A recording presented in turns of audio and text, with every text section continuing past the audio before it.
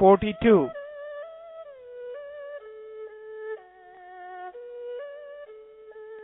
Out of Tao, one is born.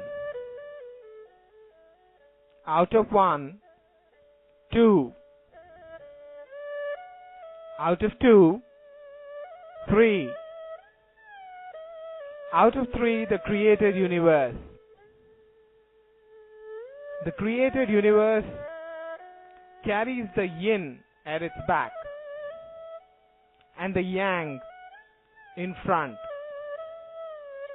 Through the union of the pervading principles, it reaches harmony. To be orphaned, lonely, and unworthy is what men hate most. Yet the kings and dukes call themselves by such names. For sometimes things are benefited by being taken away from, and suffer by being added to.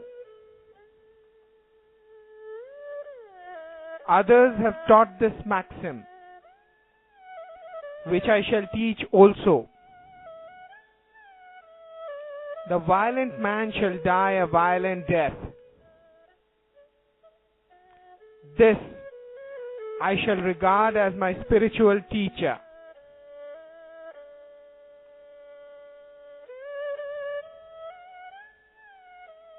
Verse 43.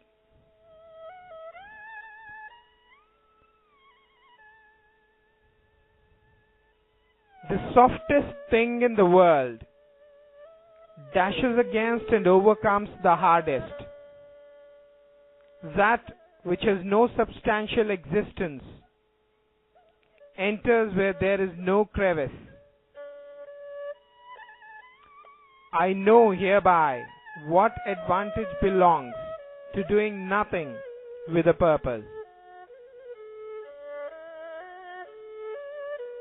There are few in the world who attain to the teaching without words, and the advantage arising from non-action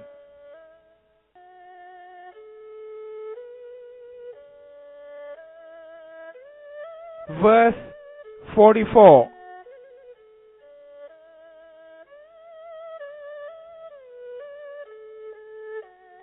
Or fame or life, which do you hold more dear? Or life or wealth? To which would you adhere? Keep life and lose those other things. Keep them and lose your life. Which brings sorrow and pain more near? Thus we may see who cleaves to fame rejects what is more great, who loves large stores gives up the richer state, who is content needs fear no shame, who knows to stop incurs no blame. From danger free, long live shall he.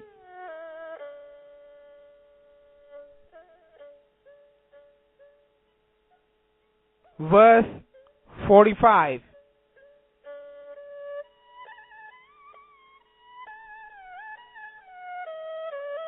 Who thinks his great achievements poor shall find his vigor long endure. Of greatest fullness deemed a void, exhaustion never shall stem the tide. Do thou what straight, still crooked deem, thy greatest art still stupid seem, and eloquence a stammering scream. Constant action overcomes cold.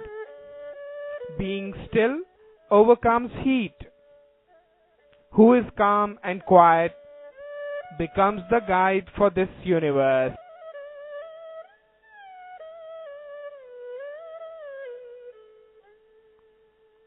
Verse 46.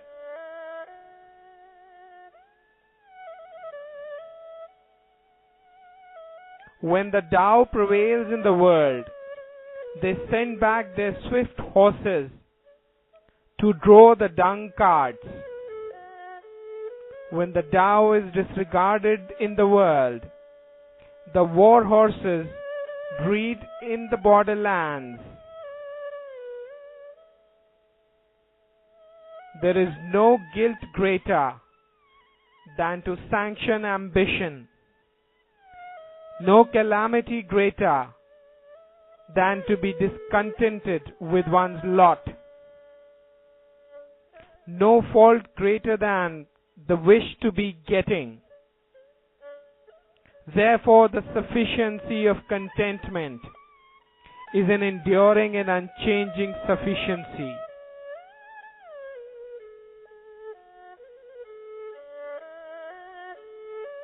Verse 47.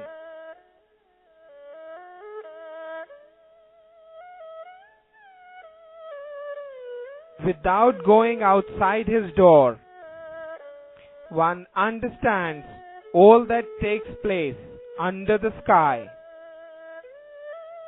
Without looking out from his window, one sees the Tao of heaven. The farther that one goes out from himself, the less he knows.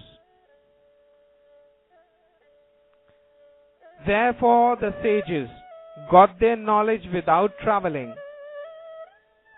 gave their right names to things without seeing them, and accomplished their ends without running about.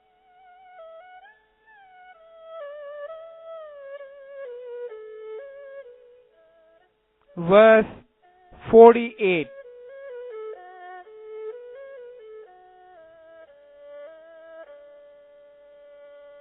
He who devotes himself to learning seeks from day to day to increase his knowledge. He who devotes himself to the Tao seeks from day to day to diminish his doing. He diminishes it and again diminishes it, till he arrives at doing nothing on purpose. By doing nothing, everything is done. He who conquers the world often does so by doing nothing, that is, by moral influence.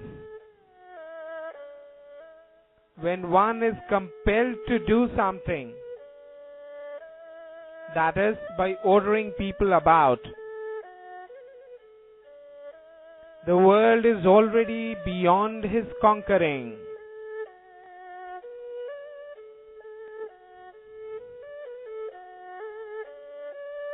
Verse 49.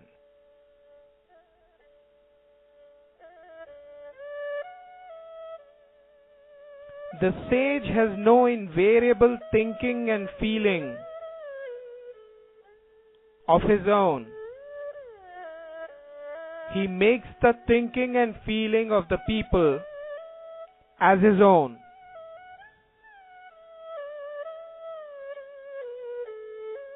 To those that are good to me, I am good. And to those who are not good to me, I am also good. And thus, all get to be good. To those who are sincere with me, I am sincere. And to those who are not sincere with me, I am also sincere. And thus, all get to be sincere. The sage has in the world an appearance of indecision and keeps his mind in a state of indifference to all. The people all keep their eyes and ears directed to him, and he deals with them all as his children.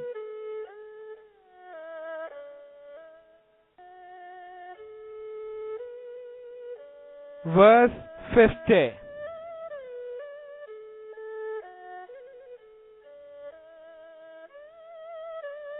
Out of life death enters.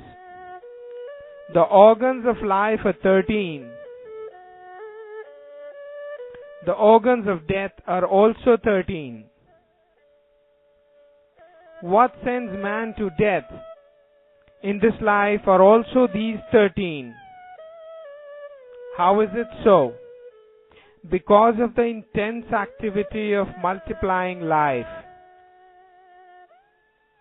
It has been said that he who is a good preserver of his life meets no tigers or wild buffaloes on land, is not vulnerable to weapons in the field of battle. The horns of the wild buffalo are powerless against him. The paws of the tiger are useless against him. The weapons of the soldier cannot avail against him. How is it so? Because he is beyond death.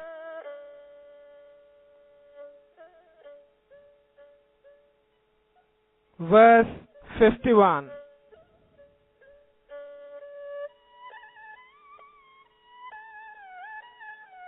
All things are produced by the Tao and nourished by its outflowing operation. They receive their forms according to the nature of each and are completed according to the circumstances of their condition. Therefore, all things without exception honor the Tao and exalt its outflowing operation.